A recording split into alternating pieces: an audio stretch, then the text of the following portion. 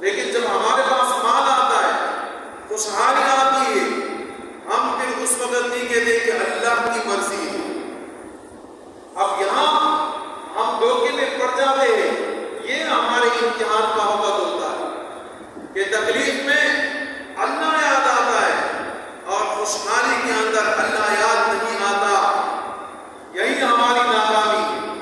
کامیابی اس وقت ہے کہ جب ہم خوشحالی کے اندر بھی اللہ کو یاد کریں،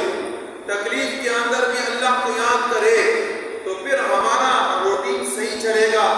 اللہ رب العزت ہمارے اوپر اپنا رحم اور کرم فرمائیں گے۔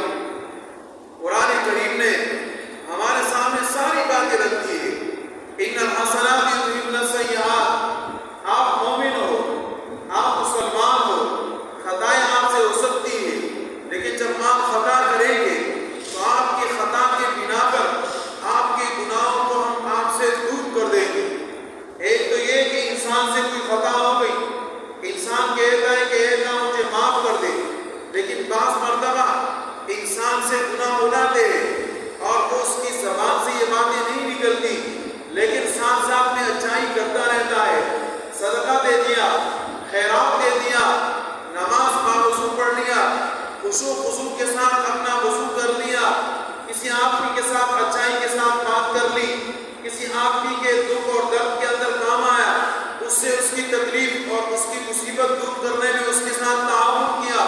اب یہ وہ تمام کے تمام ایسے کام ہیں کہ جو بیکار نہیں، بلکہ ان کاموں کی بدولت اللہ رب العزت اس آدمی کے کاموں کو بھی صحیح کرتے ہیں اور اس کے گناہوں کو بھی ختم کر دیتے ہیں۔ اس لیے کہ قرآن کہتا ہے ان الحسنات یذہبن السیئات، آپ اچھائی کرو گے تو آپ کے گناہوں کو اللہ رب العزت مٹا دے۔ آپ نے دیکھا ایک آدمی ہے لیکن وہ لوگوں کے اوپر خرچ کرتا ہے، اپنا مال دیتا ہے، سب کا خیرات دیتا ہے، اس آدمی سے اگر کوئی گناہ ثابت بھی ہو رہا ہے لوگ اس کا تذکرہ نہیں کرتے، گناہ دیتے۔ تو یہ لوگوں کا بلانا اس وجہ سے نہیں ہے کہ جناب اس آدمی نے پیسے دیے تو گناہ دیے، نہیں، یہ سارا معاملہ اوپر سے ہوتا ہے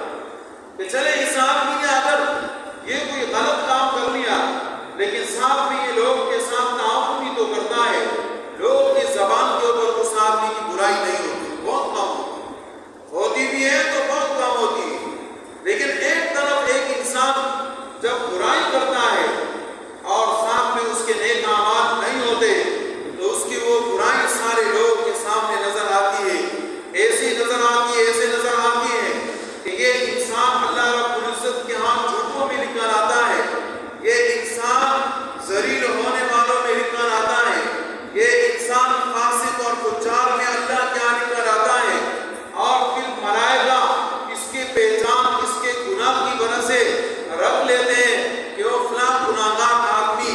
فلاں فاسق آدمی، فلاں فاجر آدمی، فلاں بددین آدمی، فلاں وہ آدمی کے جو وعدہ خلاف ہے، یہ سارے نام اس کے رکھ دیے جاتے ہیں۔ لیکن اگر مسلمان اپنا قبلہ درست کر لے، اپنے آپ کو صحیح سمت کے اوپر ڈالے